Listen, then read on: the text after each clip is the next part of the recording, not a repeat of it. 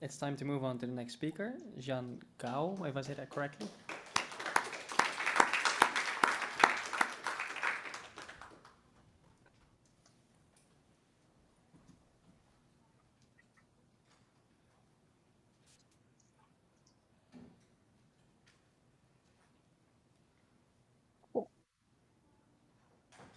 Hi, my name is Shan Gao, and today I'll be presenting a joint work with Tara Regier titled Culture, Communicative Need, and the Efficiency of Semantic Categories. Semantic categories vary across languages. For example, here is a standard color grid, and down below, we can see that the two languages categorize the same domain very differently. The different colored regions here denote category words within a language. There's also differences in more structured domains like kinship and spatial relations. So a major question is, what explains this semantic variation? One answer that's being proposed is efficient communication. According to this view, languages strive to balance two goals: the goal of being communicatively informative and the goal of being representationally simple. And there's evidence supporting this view from various semantic domains, including the ones that we show in previous slides. One important factor determining the relative weight of informativeness and simplicity within this balance is communicative need, or how often a particular object or idea needs to be referenced. Specifically, for frequently referenced objects or ideas, we expect finer-grained semantic categories to keep the system highly informative overall. There are two major questions about communicative need that has been addressed in the literature recently and that we'd like to focus on in this talk. The first one is whether communicative need is universal or language specific. And the second one is how can we even assess communicative need? One set of possibilities is to infer it, for example, from corpus count, naming data, or statistics of the environment. But in all these cases, this is only inference. Our central contribution in this talk are three. First, we assess language-specific need directly using subjective need estimates. Second, we show that in some cases, subjective need estimates may be more reliable than corpus counts. And third, we reinterpret earlier findings and show that subjective need estimates support the importance of language-specific need in accounting for semantic variation. In the remainder of the talk, we'll first go over prior studies and the theoretical framework used in these studies. And then we'll go into the methods, results, and conclusions of the current study. In a previous influential study by Mott et al. In 1999, researchers presented images of household containers to native speakers of English, Spanish, and Chinese. Participants were asked to sort these images into piles by similarity and also to name them. The researchers found that the similarity structure of the domain is quite similar across three languages, but the naming systems differ. For example, take a look at these three containers. In English, each of them has a unique name. However, in Chinese, all three of them are labeled the same, which is ping. But the similarities between these objects are similar for speakers of English and Mandarin. So will these different ways of categorical partition over similar conceptual space cause some languages to be less efficient than others? Xu et al. 2016 built on Mott et al.'s findings and assessed the efficiency of English, Chinese, and Spanish naming systems. To this end, they considered a simplified communicative scenario as illustrated in the figure here. Let's consider a speaker with a particular object in mind who attempts to communicate it to the listener using the word bottle. Upon hearing the word bottle, the listener then tries to mentally reconstruct what the speaker might have been referring to. However, since the term bottle is too semantically broad, the listener cannot do so exactly. Instead, they tries to mentally reconstruct a probability distribution over all reference named bottle. And for each referent, the probability is proportional to its similarity to all reference named bottle. And the cost of communication for each reference is then modeled by the listener's level of surprisal to find out the actual reference. They then modeled the overall communicative cost of a language's categorization system in a domain by the sum of each reference communicative cost weighted by its respective communicative need. The N of I here denotes communicative need, and it was inferred from the English corpus counts. As an initial sanity check, we followed Shi et al.'s theoretical framework and attempted to replicate the results. We measured English and Chinese's overall communicative cost and compared each of them to the cost of a set of hypothetical variants of that language of the same complexity as the attested system. We also based need probabilities on English corpus count, as Shi et al. Did. And we qualitatively replicated the results. The red line in each plot represents the communicative cost of the attested system, and the histogram indicates the distribution of communicative cost of hypothetical variants. As we can see in the plots, for both English and Chinese, the attested systems have lower communicative costs than most hypothetical variants, indicating that English and Chinese are both efficient when compared to hypothetical systems.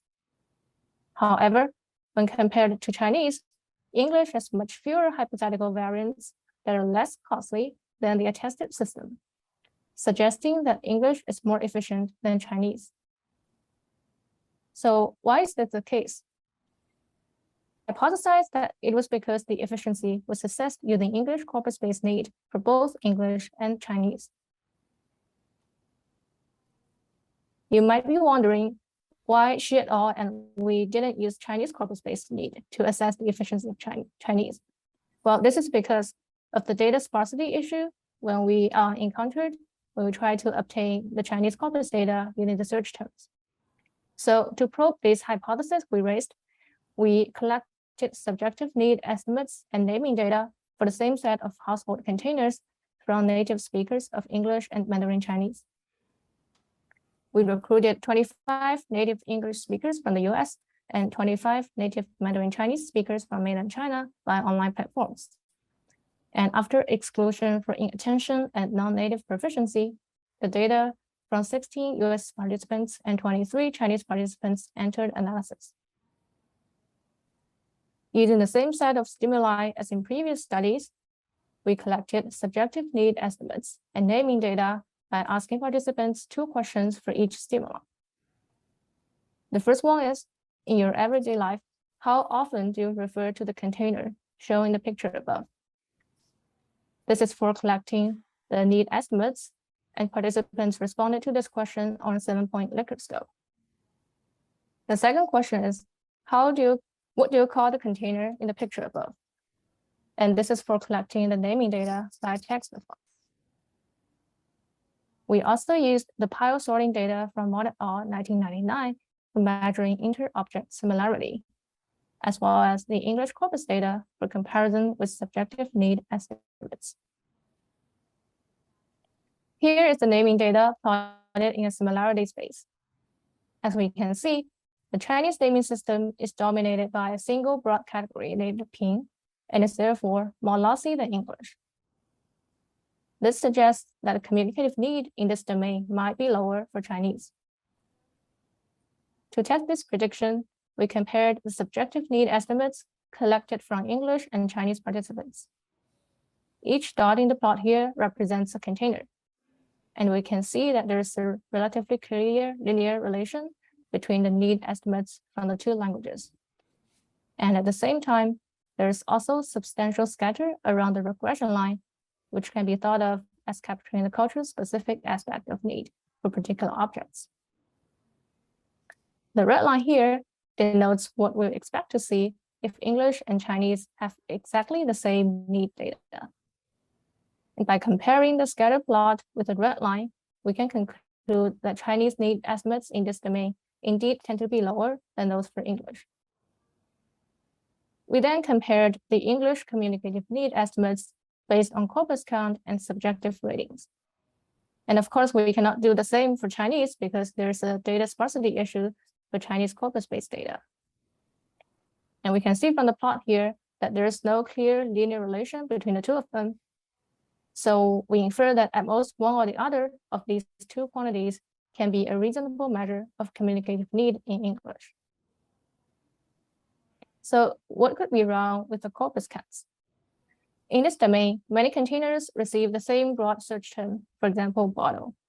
And as a result, the corpus-based need estimate picks up frequency from all potential containers with the same name, including some from outside the stimulus set. Even if we use more specific terms like squeeze bottle, we still get the same problem. On the other hand, for subjective need estimates, we have seen a possible mixture of shared and language-specific patterns. It is also the case that subjective need estimates for specific objects align with intuition. For example, the soy sauce container on the left side is the only container in the stimuli set with a clear Chinese origin, and it is also one of the relatively few objects to receive higher need estimates from Chinese speakers than from English speakers. Similarly, on the right side, there is a water bottle with a plastic straw that's very common in the US, and it was rated high need by English speakers and low need by Chinese speakers. On the contrary, for English corpus-based need estimates, the top 5 highest need items were 5 different glass jars. They all received the same high rating because all were labeled glass jar for corpus search. This confirms the limitation of corpus searches, which is the search terms are too semantically broad, so they pick up frequency from outside the stimulus set. We then analyzed the efficiency of naming systems with both original and Zipf-ian transformed subjective need estimates. The results are qualitatively similar, so we'll only be showing the results using transformed need. Here is a reminder of our previous replication of Shan Gao 2016's findings using English corpus-based need. We found that English is more efficient than Chinese. However, when efficiency is assessed with native subjective need estimates, both English and Chinese are clearly efficient. For comparison, we also assessed each language's efficiency using the other language's subjective need. And in this situation, Chinese appears only weakly efficient when assessed using English need estimates, similar to Shan Gao's findings. Surprisingly, however, English appears clearly efficient under Chinese subjective need as well, and it's even more efficient than when under English subjective need. We do not currently have a ready answer to this. However, it is still safe to say that both English and Chinese are efficient when assessed using subjective need estimates from native speakers of the two languages, respectively. So is subjective need superior in general? Our answer is no. Estimating communicative need is difficult and domain dependent, and subjective need estimates add one more tool to the toolbox, which might be suitable for certain situations. Corpus-based need has its value of being objective and can be a great way of estimating communicative need in domains with fixed conventional names and that are fine-grained enough to conduct corpus search. At the same time, subjective need estimates can be useful for those requiring direct access to ideas or objects that are finer grained than a corpus search can reliably support, or when the corpus data is just too sparse. And that was the case for the container domain that we examined in this work. Based on the results, we conclude that cross-cultural differences in communicative need are important for accurately assessing efficiency, and they also appear to shape semantic systems. In addition, one interesting aspect of the work is that subjective need estimates can provide fine-grained and culture-specific data. And this is especially helpful for domains like household containers, where there lacks a fixed conventional name for each item to conduct reliable corpus search. Subjective need estimates also frees you from large-scale corpora and offers new opportunity for the study of underdocumented and low-resource languages. we can assess communicative need in such languages without waiting for the development of corpora. Finally, we'd like to thank Yang Xu, Charles Kemp, and Noga Zaslawski for their valuable comments. And we look forward to any questions you might have.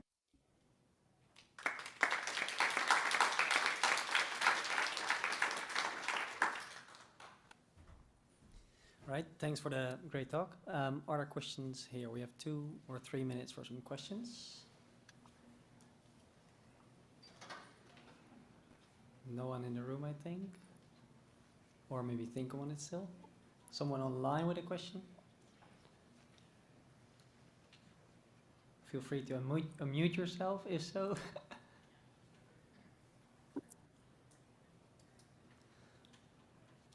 Okay, well, I guess it was all clear then. Thank you again for presenting, and we'll move on to the next speaker.